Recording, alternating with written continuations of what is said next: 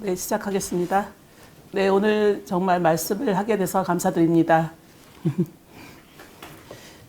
저는 오늘 이렇게 그 내면의 노화를 뽑아내라는 말씀을 주제로 이렇게 말씀드리겠습니다. 오늘 백혜찬 목사님께서 말씀하신 것처럼 우리가 자기 중심적인 것을 제하고 정말 이렇게 하나님께로 나아가는 그런 같은 주제를 갖고 있는데요. 나의 다른 것을 제거한다는 거, 그런 것들이 민수기 33장 55절도 나타나 있는데, 죄는 우리가 죄 그러면 바늘 도둑 소도둑 된다 이런 것처럼 어떤 물건을 훔치는 거라고 생각하는데, 사실 죄는 스스로 넘어지고 또 여호와의 낯을 피하는 거, 그런 것들을 요나가 많이 이렇게 말씀해주고 있습니다. 주일학교 선생님 같은 거 할 때만 요나 그러면 맨날 물고기 뱃속에 들어가서 3일 동안 있다가 톡 튀어나와서 이런 식으로 이제 주일학교 선생님들이 가장 많이 하는 그 요나의 본문인데요. 저는 오늘 요나서의 본문을 4장 9절에서 11절로 잡았습니다. 구약성경 1289페이지 같이 읽겠습니다. 1289페이지. 하나님이 요나에게 이르시되 내가 이 박넝쿨로 말미암아 성내는 것이 어찌 옳으냐 하시니 그가 대답하되 내가 성내어 죽기까지 할지라도 옳으니이다 하니라. 여호와께서 이르시되 내가 수고도 아니하였고 재배도 아니하였고 하룻밤에 났다가 하룻밤에 말라버린 이 박넝쿨을 아꼈거든. 하물며 이 큰 성읍 니느웨에는 좌우를 분별하지 못하는 자가 12만여 명이요 가축도 많이 있나니 내가 어찌 아끼지 아니하겠느냐 하시니라. 요나서 4장 9절에서 11절.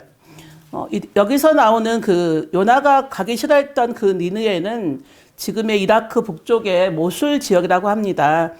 지금 그쪽 주변에서 지금 전쟁이 일어나고 있는데요. 8세기 고대 아시리아 제국의 군대가 이렇게 니느웨라는 그 성읍이라고 하는데요. 정말 역사적으로 얼마나 잔인했는지, 정말 사람의 가죽을 벗기고 극도로 잔인해가지고 악명이 높은 그런 지역이었습니다. 정말 공포심을 넘어서 저항 의지를 가지게 되는 그런 심리전을 하고 있는 그런 상황이었었는데요. 전쟁 포로들을 학대하고 학살하고 도시를 파괴하고 또 주민들을 학살하고 또 백성들을 강제 이주시키면서 민족적 정체성을 말살하고 제국의 통제력을 강화하는 그런 잔혹성의 나라였습니다. 우리가 예전에 일본이 잔인하고 또 독일군이 잔인하다 했는데 그걸 좀 더 넘어서는 그런 잔인함을 가진 그런 잔혹성을 이제 성경에서는 피 흘림의 성읍이라고 표현합니다.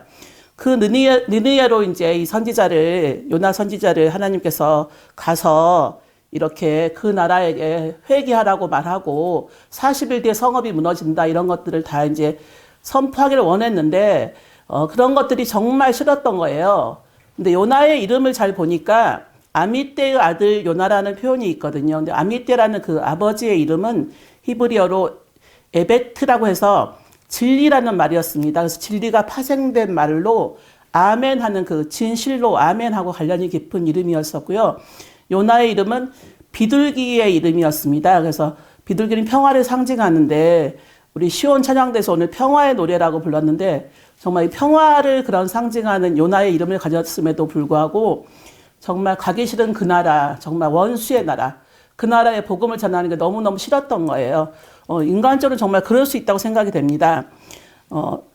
원수의 나라를 용서할 수 없다라는 그런 마음을 가지고 있었고, 요나 선지자는 그런데 제가 이제 요나 선지자를 공부를 하면서 하나님이 직접 선지자로 부르셨으니 영적 권위가 있다는 생각을 했습니다. 하나님이 직접적으로 개입하셨기 때문에 선지자로 부름을 받았고 그 회개의 도구로 요나를 참 사명자로 택했구나 그런 생각을 했습니다. 요나 그러면 왠지 뺀질뺀질한 그런 느낌인데요. 그래서 요나가 이렇게 하나님께 낯을 피하는 거, 여호와의 낯을 피하는 그 다윗의 어떤 그런 고백 같은 거에서 많이 나타나는데 우리가 요나가 화를 내고 막 이렇게 하나님께 대적하고 또 40일 뒤에 망한다는 말을 전해주라고 하는 거, 그 말 한마디만 하라고 하는데도 이렇게 가지 않고 막 우리 말로 막 뻗팅긴다 그러잖아요. 뻗팅기면서 이렇게 하는 거. 그런 것들이 사실 우리 마음 같은 그런 마음이 들어요.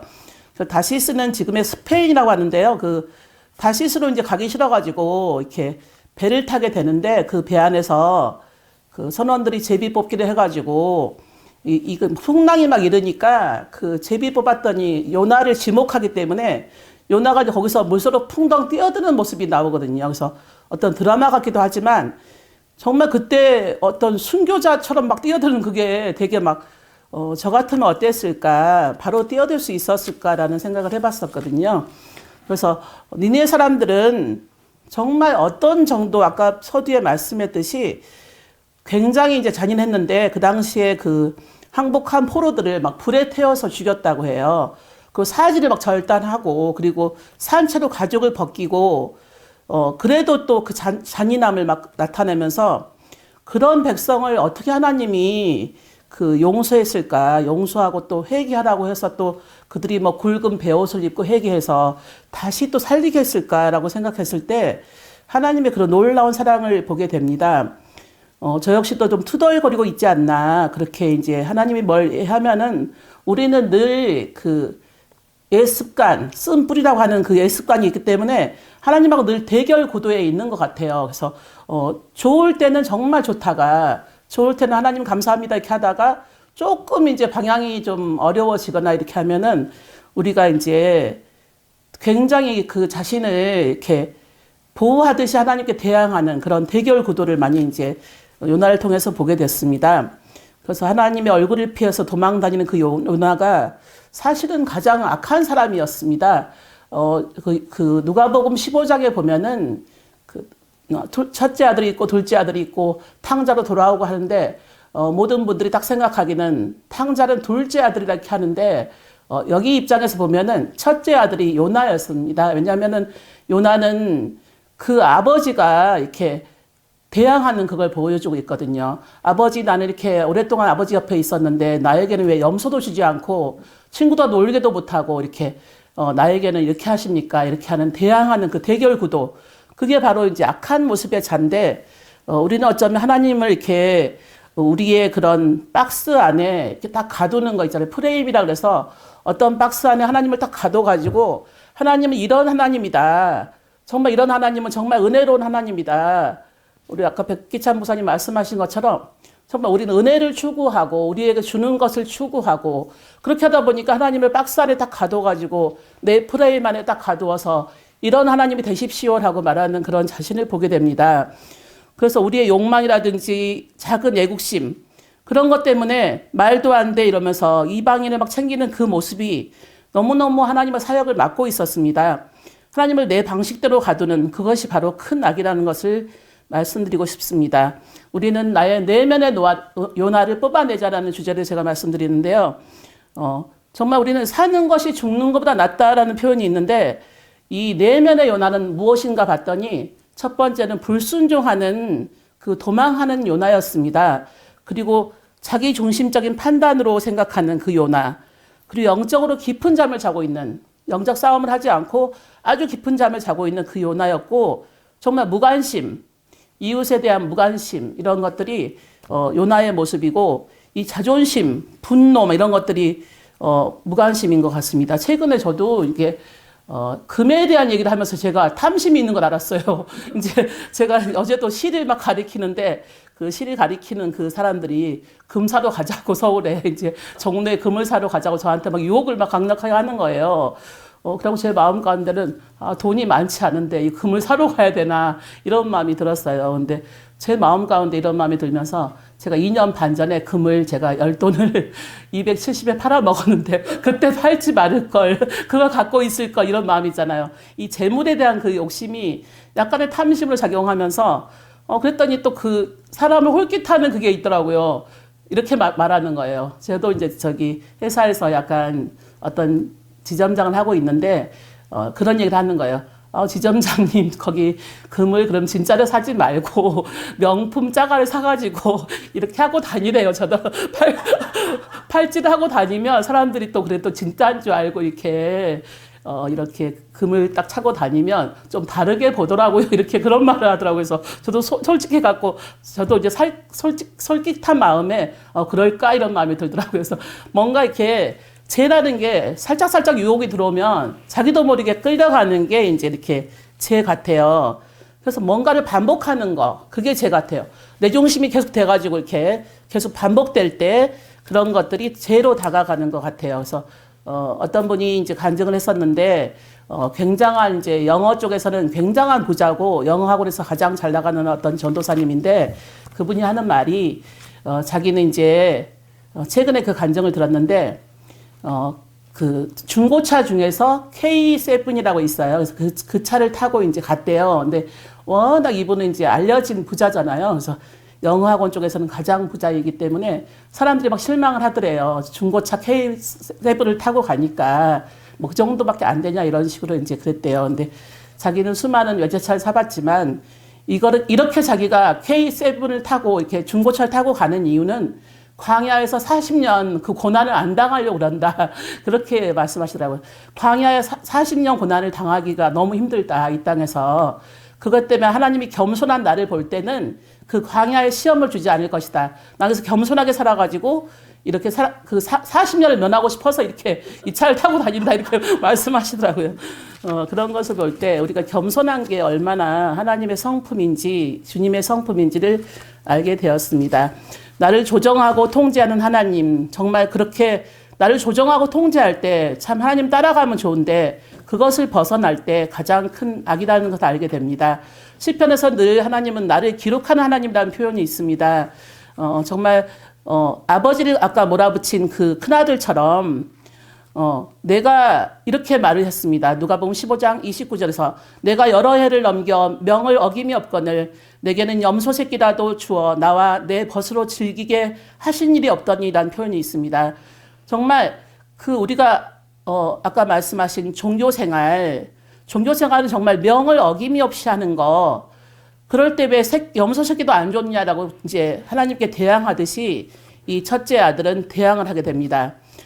그런데 또 베드로도 이렇게 요나의 모습을 가졌었어요. 정말 잘 되고 싶고 막 그런 거 있잖아요. 그리고 열심히 막 나를 삼킨다는 그런 베드로의 그런 고백들이 이렇게 요나의 모습을 가지고 있었고 사도 바울 역시 그 사울 시절에 그렇게 그 요나의 모습을 가지고 있었고요. 어떤 헌신과 열정이 우리가 요나의 모습으로 될 때가 있습니다. 그래서 교회 안에서도 이렇게 진리와 열정은 넘치나 정말 신앙생활을 하는 그런 하지 못하고 종교에 그냥 얽매이는 그런 요나들이 많다고 합니다. 그래서 우리가 이런 요나들을 극복하려면 정말 주님이 이렇게 그런 노함을 싫어하는 거, 주님이 노할 것이다 이렇게 생각해 보면 이런 일을 하면 우리 주님이 노할 것이다. 이런 것을 좀 생각하면 거기서 벗어나지 않을까 생각이 됩니다. 우리는 스스로 성전이 되어서 크게 확장되기를 원하시는 하나님이시기에 정말 주님이 노하는 거 그것만 좀 피할 수 있으면 좋겠다라는 생각을 하게 됩니다. 너희는 가서 제자 삼아라. 하나님이 항상 성전을 삼으라고 말씀하셨고 우리는 언제 어디서나 기도하는 삶을 살아야지만 우리가 요나의 모습을 버릴 수가 있고요. 공의의 빛을 보고 회개하는 백성이 되어야만 그런 사명을 할 수가 있고요. 요나의 그런 이제 표현들을 보면 첫 번째는 하나님은 창조주라는 것을 표현하고 있습니다. 정말 그 아주까리 나무 벌레도 쓰시는 그 하나님, 그리고 하나님은 구원자라는 것을 명백히 말해주고 있습니다. 정말 이스라엘만 구원한 게 아니라 이방인도 구원하신다는 디모데전서 2장 4절의 말씀처럼 하나님은 모든 사람이 하나님을 알기를 원합니다. 저도 예전에 그 20대 초에는 제가 막 대한민국에 살고 있는 게 너무 싫었어요. 저도 싫어가지고 이게 대한민국이 정말 우리가 위대한 국가지만 이 대한민국에 있는 것이 조금 제가 성경을 너무 파고들어가지고 그 당시에는 너무 성경을 이제 지식적으로 파고들다 보니까 난 이스라엘에 태어났으면 좋았을 걸 왜 대한민국에 태어나가지고 이렇게 하는가 이러면서 이스라엘의 어떤 소녀로 태어났으면 그래서 제가 내일은 마시죠 막 그런 글도 막 쓰고 그랬었거든요. 이스라엘의 소녀로 태어났으면 참 이게 아름다울 텐데 왜 대한민국에 태어나가지고 이게 특히나 또 구로동의 어떤 교회를 다니고 있었는데 이 구로동의 교회에서 나를 하나님이 알아줄까 막 그런 마음이 들었었어요. 그래서 나를 이렇게 이스라엘의 한 작은 마을에 소설적으로 생각을 했건 작은 마을에 어떤 소녀로 태어났으면 좋았을 텐데 이렇게 구로동에 나를 이렇게 가두시고 이렇게 구로 주공 아파트에 살고 있었는데 거기다 이렇게 나를 놔두시고 이렇게 나를 기억이나 하실까라면서 이제 하나님을 좀 먼 존재로 그렇게 성경 속의 어떤 지식적인 그런 것들로 생각하고 있었거든요. 그래서 이제 제가 그때 깨달은 게 나를 기억하지 않을지라도 내가 이름을 불러보면 하나님 이렇게 이름을 자꾸 부르면 나한테 와주지 않을까 막 이런 좀 약간 감상적인 생각을 좀 많이 했었거든요. 근데 나중에 이제 내가 알고 보니 내 자신이 소중한 거는 하나님의 자식인 것도 소중하지만 내가 하나님 안에 있는 거, 품에 있는 거, 그게 소중함을 또 알게 됐거든요. 그래서 항상 이렇게 출애굽기 19장 6절에서도 너희가 내게 대하여 제사장 나라가 되며 거룩한 백성이 되리라. 너희는 이 말을 이스라엘 자손에게 전할지니라. 그래서 우리가 대한민국에 살고 있을지라도 이렇게 이방 민족을 구원한 그 잔인한 나라는 우리는 아니잖아요. 우리는 정말 수천 차례 침략을 받고 정말 우리가 뭐 수나라 이럴 때는 막 그 수나라가 우리를 막 쳐들어와서 엄청나게 힘들게 하고 정말 우리가 수많은 그 외세의 공략을 받으며 이렇게 이민족이 살아서 이렇게 숨쉬고 있는데 이런 이방인들을 구원하시려고 그렇게 이제 그렇게 하나님께서 우리를 구원하셨구나라는 생각하게 됩니다. 저는 요나서의 그런 말씀을 보면서 눈물을 흘린 적이 있어요. 이렇게 이제 3일 동안 이렇게 이제 하나님께서 그 3일 동안 요나가 이제 뱃속에 있는 게 그 우리 예수 그리스도가 3일 동안 이렇게 흙 속에 묻혀 있는 표현이 있거든요. 마태복음 12장의 표현이었었는데 그 말씀을 보면서 얼마나 이렇게 눈물이 났는지 몰라요. 제가 이제 네프 톨스토이라고 톨스토이를 존경하는 그런 사람인데요. 제가 소설을 전공했지만 이 톨스토이 작품을 보면서 제가 그 두 노인한 작품을 되게 좋아해요. 근데 사람은 무엇으로 사는가? 이제 그 톨스토이라는 분이 원래 이제 그 전쟁과 평화라든지 안나 카레니나 이런 작품들이 있는데 이미 이분은 대부호고 땅을 많이 가진 엄청난 부자였습니다. 그런데도 이분은 항상 이렇게 그 1879년에 그 겨울쯤이었는데 그때가 톨스토이가 51세 때였다고 해요. 근데 그 사람이 너무 이제 황망해서 너무 이제 유명해져서 전쟁과 평화나 안나 카레니나가 다 유명해졌기 때문에 이미 작품성이 인정받았고 부자였기 때문에 이 부자였을 때 저는 허전함 그걸 많이 이제 생각했는데 이 51세의 그런 겨울에 방 안에 큰 밧줄을 매달았대요. 밧줄을 매달고 언제든지 나는 죽을 수 있다. 내가 사냥을 나갈 때 총을 갖고 나간다면 나는 죽을 수 있다. 늘 이제 작가들은 약간 죽음을 좀 많이 생각하는 편인데 죽음을 선택하려고 밧줄을 맨 그런 사람이었다가 이 그 그리스도의 사랑을 깨닫고 삶의 목적은 사랑이라는 걸 깨닫고 사람은 무엇으로 사는가에 대해서 두 노인을 쓰게 되는데요. 그 두 노인이 뭐 그 에프임하고 엘리사라는 그런 노인인데 친구분이었었는데 이분들이 이제 성지순례를 가려고 돈을 많이 모아요. 근데 이제 에프임 그분은 이제 워낙 율법주의자예요. 그리고 이제 돈도 많고 자식들도 있고 해서 잘 집안을 꾸리는 사람이고 엘리사라는 그 노인분은 이제 벌꿀을 치는 그런 분이셨어요. 그래서 그런 분인데 이분들이 성지순례를 가다가 엘리사 이분이 이제 조금 이제 사랑이 많으신 분이다 보니까 정말 가난한 동네에 도착해서 아이들이 울고 굶주리고 이런 거 보면서 성지순례를 포기를 합니다. 그래서 포기를 해갖고 거기서 사랑을 실천하고 있었어요. 그리고 에프임 이분은 이제 그냥 정말 종교인이기 때문에 성지순례를 끝내 가가지고 거기서 이제 거룩한 땅을 밟게 되고 근데 이상하게도 하나님의 임재는 성령님의 임재는 그 성지순례를 간 그 사람에게 있지 않고 성지순례한 그 에프임에 있지 않고 엘리사라는 그 노인이 그 정말 전쟁터에 그런 사람들을 돌볼 때 그때 크게 역사를 해요. 그래서 성지순례를 간 그 에프임 그 노인은 정말 꿈을 꿨는데 이 엘리사가 너무 행복한 모습을 보이고 있는 거예요. 중간에 포기해가지고 이제 이렇게 그 돌보느라고 세월을 많이 보냈는데 자기는 그 거룩한 땅에 도착해서 성지순례를 하게 되었지만 그 꿈속에서는 엘리사의 그 아름다운 친구의 모습이 보이는 거죠. 그래서 이제 이런 표현을 통해서 진정한 사랑과 실천, 우리가 이제 성경 전체를 보면 하나님 사랑, 이웃 사랑 이렇게 그렇게 표현한다고 하는데 이런 그 만화풍 같은 소설이 우리의 진정한 사랑이 무엇인가, 신앙을 실천할 때 진정한 사랑이라는 거, 율법을 중시하는 그 에프임이 거룩한 땅에 가지만 정말 허전했고 이웃의 고통을 예면하지 않은 그 엘리사가 진정한 설리 숭배를 했다는 그런 내용인데, 그래서 그 톨스토이 명언 중에 진리란 금과 같아서 불려서 얻어지는 것이 아니라 금이 아닌 것을 모두 씻어냄으로써 얻어진다는 그 말씀이 있습니다. 정말 우리는 우리의 그런 잘못된 것들 씻어내는, 제거하는 그런 신학이 돼야 되겠습니다. 그래서 그 요나가 불순종하고 도피 심리가 있고 고집을 피우고 자신의 잠재력과 사명을 두려워해서 회피하는 그런 컴플렉스를 요나 컴플렉스라고 하는데요. 자기의 잠재력을 두려워하고 최고의 나로 성장하려는 것을 피하는 그 마음, 그런 것들이 이제 우리 폭풍을 만나게 됩니다. 정말 요나가 탄 배가 폭풍우를 만나고, 저마다 그 선원들은 다 이방인의 그런 이름을 부르고, 이 폭풍우가 요나의 불순종으로 일어났는데요. 제물로 던져지게 됩니다.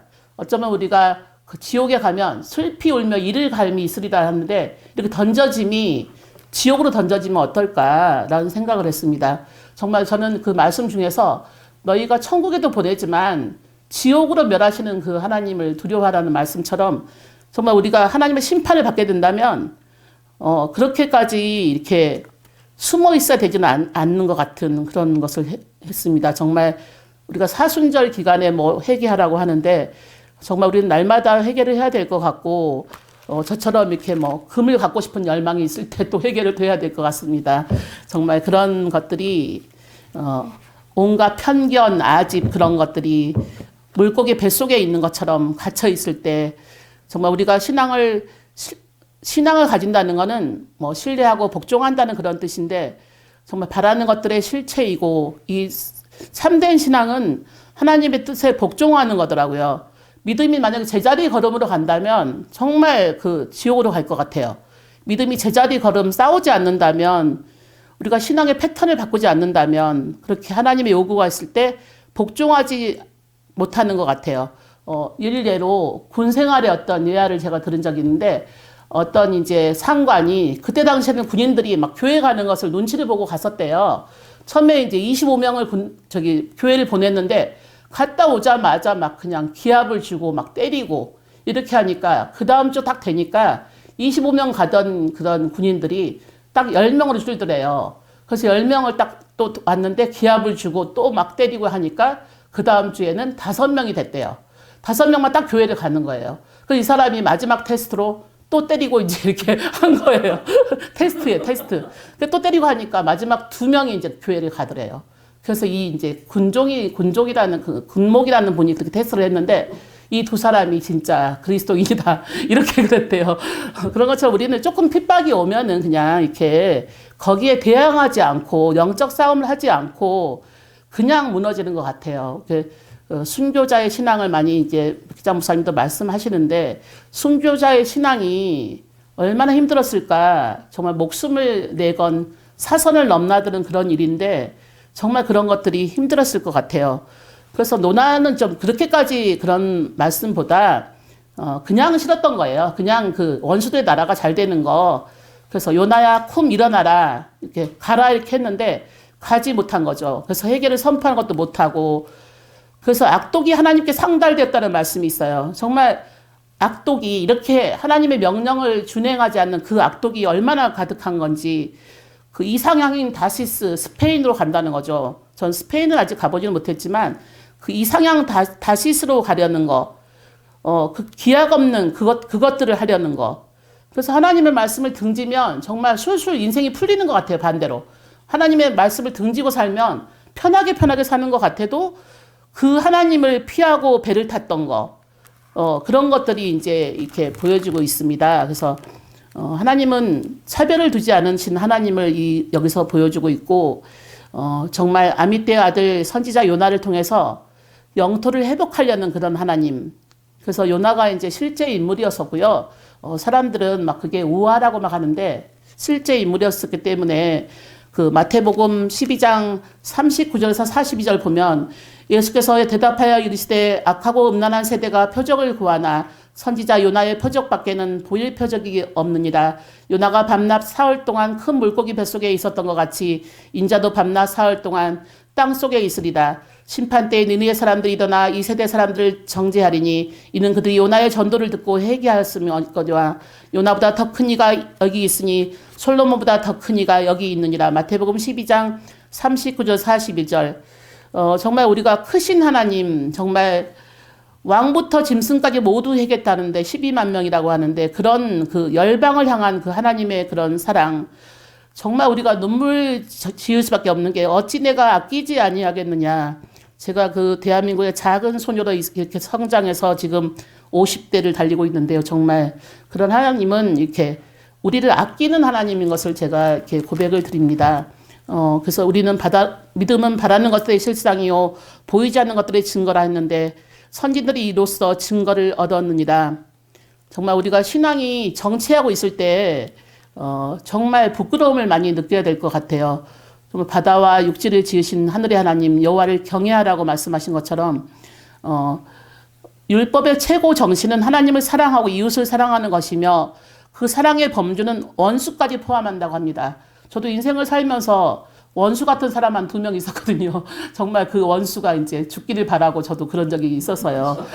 사업을 하면서 좀 저를 괴롭게 한 사람이 있어갖고 제가 이제 이렇게 정말 그 사람이 어떻게 잘못됐으면 좋겠다. 뭐 차가 사고 났으면 좋겠다. 뭐 이럴 정도로 저를 괴롭힌 그 사업할 때 좀 저를 방해했던 그런 분이 계셨는데 지금 이제 그 일을 겪고 나서 제가 느끼는 거는 그 원수가 있었기에 제가 이렇게 뭐 원수를 사랑하라 이런 마음을 좀 이렇게 품지 않았나 그런 생각이 듭니다.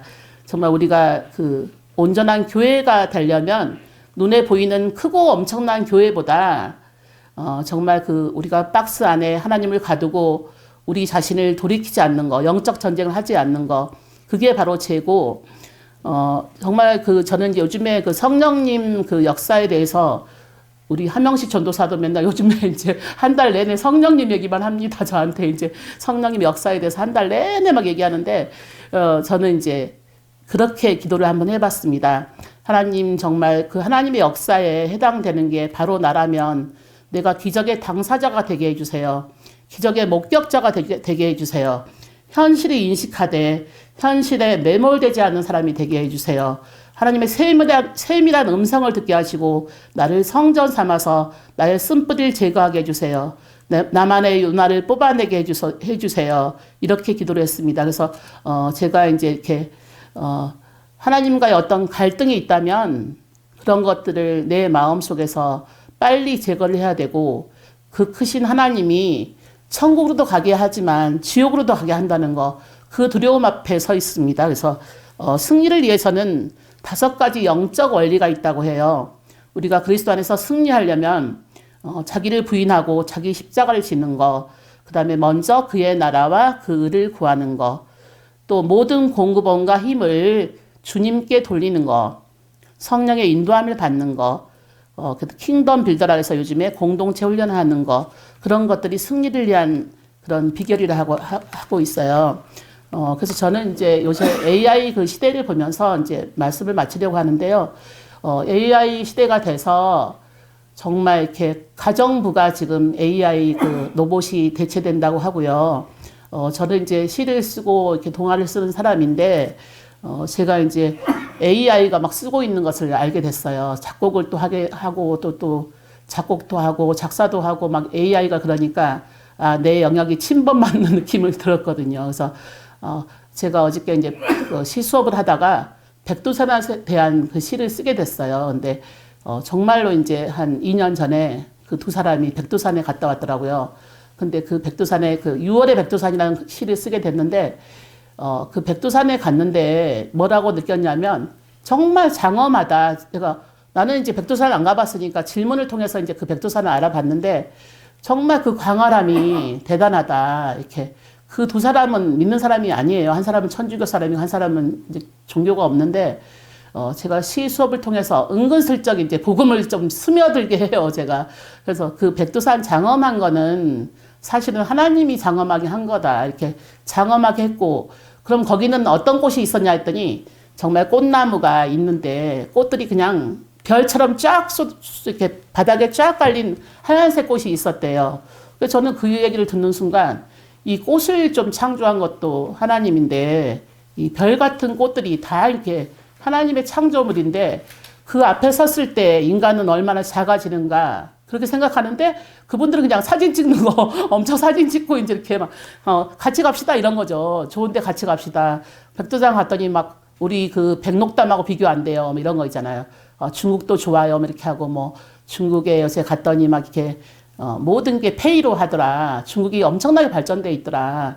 그래서 그런 것들 우리가 보지 못하는 것들은 관계성 안에서 정말 우리는 하나님의 그 장엄한 그런 백두산 뭐 이렇게 지으신 뭐 하나님 또 들풀도 먹이신 하나님 그런 쪽으로 방향을 둔다면 믿지 않는 분들은 그냥 사진 찍고 좋다 좋다 하고 다음에 또 가보자 이렇게 하고 맛있는 거 먹자 뭐 이런 거잖아요. 그래서 그렇게 우리가 인생이라는 게 좀 이제 짧게 말하면 이렇게 기록이 된다 하잖아요. 기록의 역사. 그래서 이렇게 내 삶이 막 기록되고 막 이렇게 막 그렇게 하는데 그런 것들이 믿음의 선한 싸움을 싸우라는 그 말씀처럼 목숨 걸고 우리가 싸우고 또 옛사람과 싸우고 아까 목사님 말씀하신 대로 이렇게 하면은 제가 이제 메모한 게 장래에 자기를 위하여 좋은 터를 쌓아 참된 생명을 취하는 것이나 말씀이 있더라고요.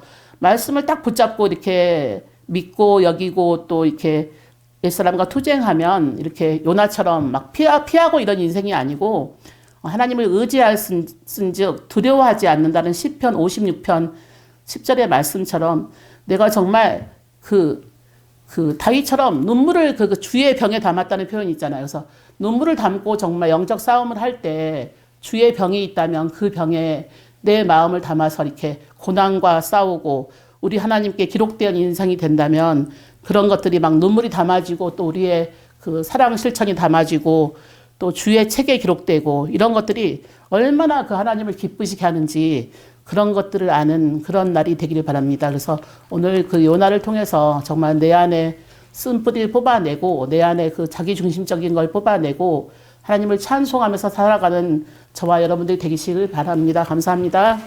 네.